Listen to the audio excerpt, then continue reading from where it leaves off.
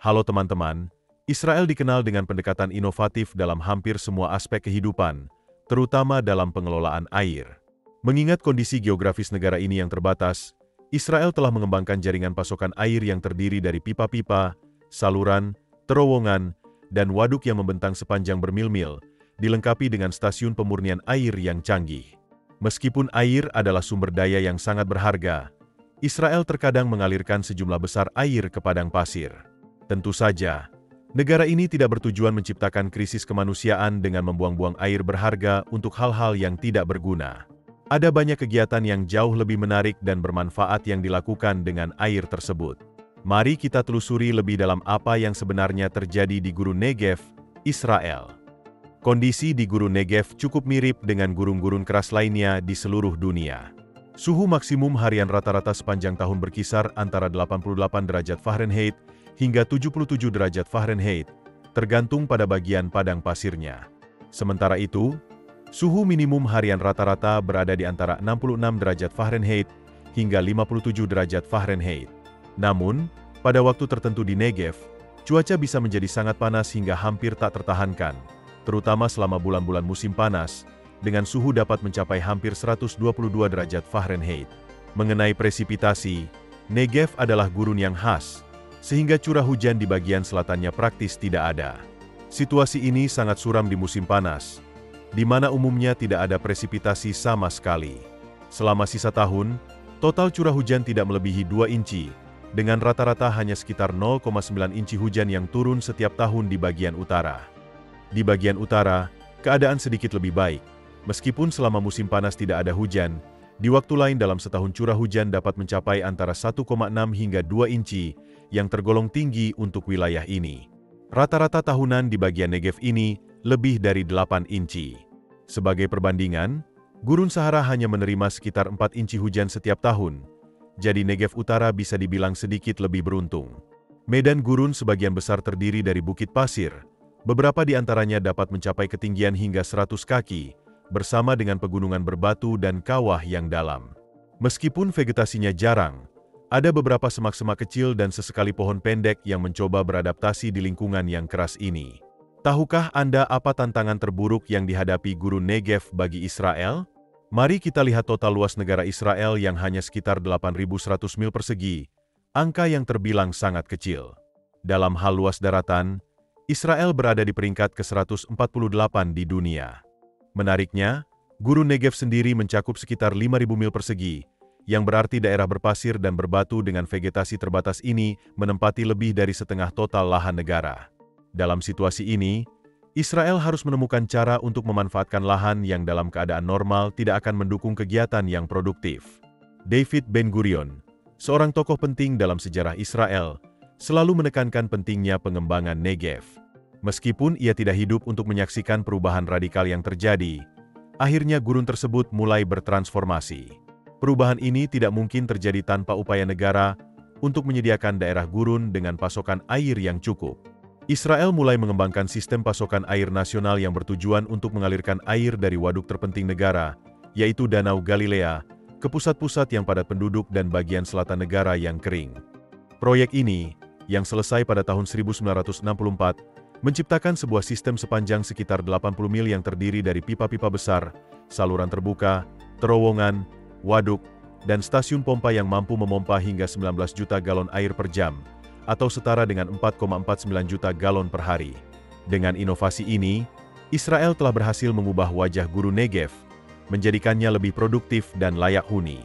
Pada awalnya, mungkin terlihat seolah-olah sistem pasokan air ini tidak sepenuhnya menjangkau Negev. Pipa utama hanya berjalan melalui bagian barat gurun, namun itu hanya bagian dari keseluruhan sistem. Banyak cabang sekunder yang menjangkau lebih dalam ke gurun, termasuk ke kota Be'er Sheva, yang memiliki lebih dari 200.000 penduduk. Perlu dicatat, ini adalah salah satu dari 10 kota terpadat di Israel.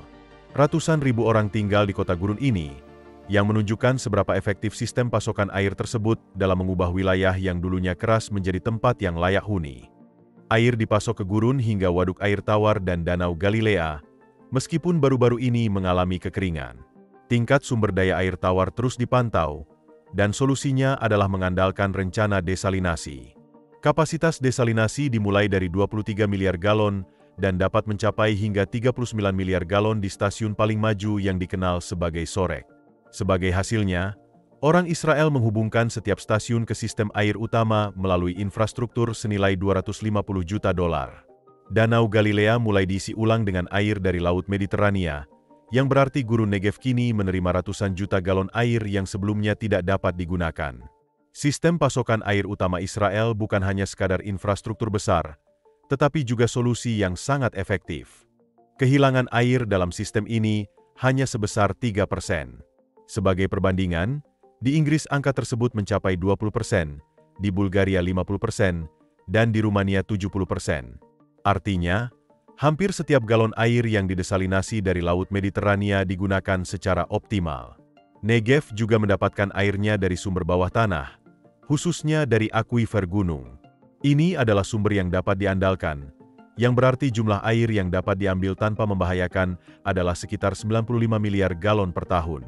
Namun, Israel secara keseluruhan memiliki sumber daya air yang terbatas, dan bahkan lebih sedikit lagi untuk memenuhi kebutuhan. Itulah sebabnya, pada tahun 2023, jumlah air yang dipompa dari akuifer meningkat menjadi sekitar 158 miliar galon. Memompa banyak air dari akuifer umumnya sangat berisiko, terutama karena tidak ada cukup waktu untuk mengisi ulang, yang dapat mengakibatkan pengurasan total, terutama dalam iklim Israel yang keras. Di samping itu, ada masalah lain dengan sumber air bawah tanah. Di bawahnya terdapat badan air asin yang dapat mencemari air tawar di akuifer. Oleh karena itu, negara dan Gurun Negev semakin berfokus pada desalinasi berteknologi tinggi sebagai alternatif yang lebih aman daripada terus-menerus memompa air dari akuifer. Strategi ini akan membantu meningkatkan keamanan pasokan sumber air bawah tanah. Sumber air terakhir yang memasok Israel di Gurun Negev adalah air limbah yang telah diolah. Sejak tahun 2000-an, negara ini telah menginvestasikan lebih dari $750 juta untuk menciptakan 67 pabrik pengolahan besar, di mana 10 diantaranya mendaur ulang lebih dari 56% air limbah yang dihasilkan. Bayangkan saja, 87% dari semua air yang dibuang oleh orang Israel ke dalam sistem pembuangan limbah kemudian diolah menjadi air yang dapat digunakan kembali. Ini adalah pencapaian yang sangat mengesankan, terutama jika dibandingkan dengan Amerika Serikat, di mana angka ini bahkan tidak mencapai 10%.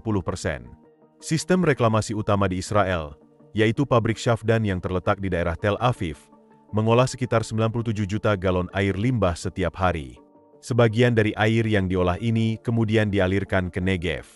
Air yang telah diolah dipompa melalui pipa untuk mengairi 60% dari tanaman hijau di wilayah gurun yang keras ini. Dengan demikian, kita melihat bagaimana Israel berhasil mengubah wilayah selatannya yang kering menjadi lebih produktif. Penting untuk dicatat bahwa air bawah tanah dan air limbah yang didesalinasi memainkan peran utama dalam menciptakan hutan.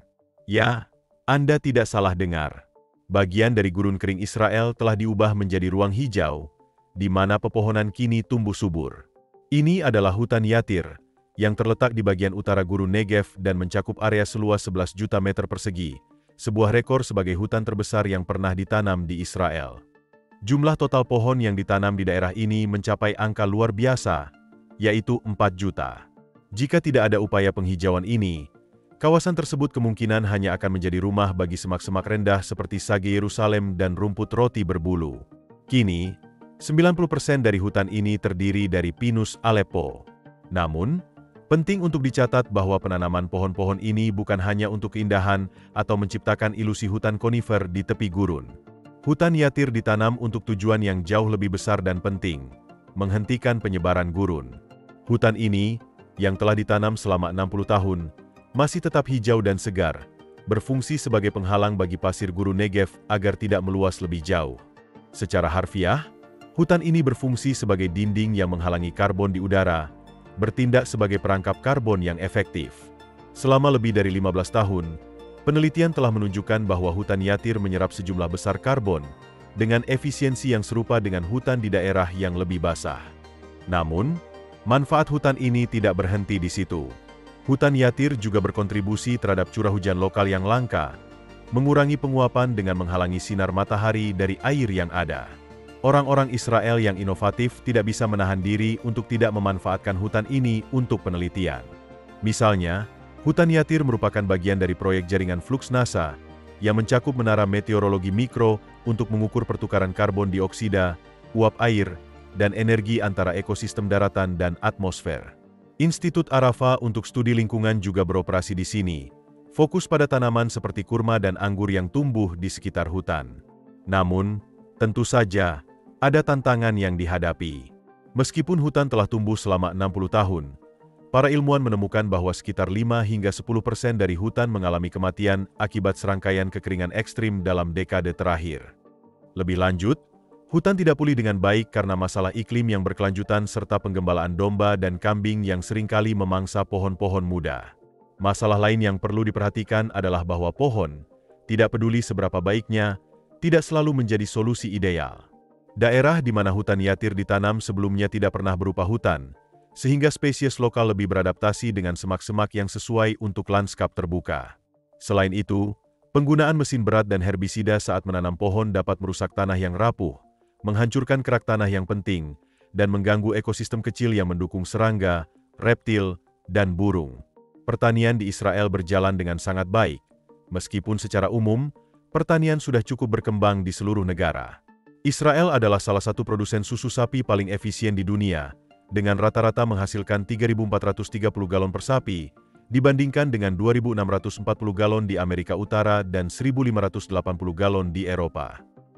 Hasil tomat di Israel mencapai 300 ton per 2,4 hektar, jauh di atas rata-rata global yang hanya 50 ton per 2,4 hektar. Selain itu, negara ini juga menghasilkan 262 ton jeruk per 2,4 hektar, dibandingkan dengan 243 ton di Amerika Utara dan 21 ton di Eropa. Di Gurun Negev, para petani menanam berbagai komoditas seperti bunga matahari, gandum, melon, buncis, delima, almond, dan zaitun. Menariknya, mereka bahkan berhasil menanam kapas di padang pasir, salah satu tanaman yang paling membutuhkan air. Dalam tahun-tahun yang baik, petani dapat memanen hingga 3,5 ton bunga matahari, 7 ton gandum, dan 6,5 ton kapas per 2,4 hektar. Meskipun angka-angka ini mungkin terdengar kecil, sebenarnya hasil tersebut cukup baik untuk kondisi yang ada. Dalam hal nilai produksi pertanian, Israel menduduki peringkat pertama di dunia, diikuti oleh Pakistan, Portugal, dan Selandia Baru. Hal ini terjadi meskipun negara-negara tersebut memiliki wilayah daratan yang jauh lebih besar daripada Israel. Meskipun total luas wilayah adalah satu hal, Israel adalah negara yang lebih dari separuh wilayahnya ditutupi oleh gurun Negev yang kering dan keras. Ironisnya, gurun selatan ini justru menyumbang sekitar 40% dari seluruh pertanian negara. Bagaimana orang Israel berhasil mengelola sumber daya air mereka? Kini, Anda tahu bahwa negara ini memiliki sistem air canggih yang mengalirkan air desalinasi dari Laut Mediterania, serta memanfaatkan air bawah tanah untuk pertanian. Selain itu, air limbah diolah menjadi sesuatu yang dapat digunakan untuk lahan pertanian, yang kemudian dikirim kepada para petani. Namun, jika air hanya diambil dan dituangkan ke gurun yang kering, konsumsinya akan sangat besar. Tidak ada sistem, bahkan di Israel, yang dapat menangani tugas seperti itu. Inovasi dan praktik pertanian yang efisien sangat penting dalam menghemat air. Salah satu metode paling signifikan adalah irigasi tetes, yang mulai digunakan secara luas di Israel sejak tahun 1950-an, berkat salah satu pendiri organisasi air utama negara itu. Ide di balik metode ini bukanlah membanjiri semua bedengan dengan air, melainkan memberikan pasokan langsung ke zona akar tanaman dalam porsi kecil yang teratur melalui regulator dan dispenser tetes.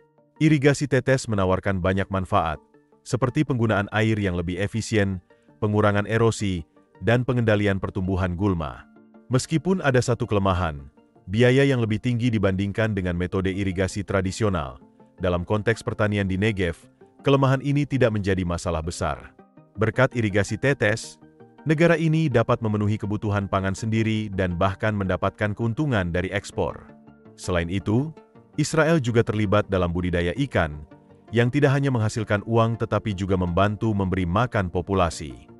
Beberapa dekade yang lalu, para ilmuwan menemukan bahwa di beberapa lokasi, 50 hingga 100 kaki di bawah permukaan tanah terdapat air dengan suhu 104 derajat Fahrenheit dan kadar garam rendah.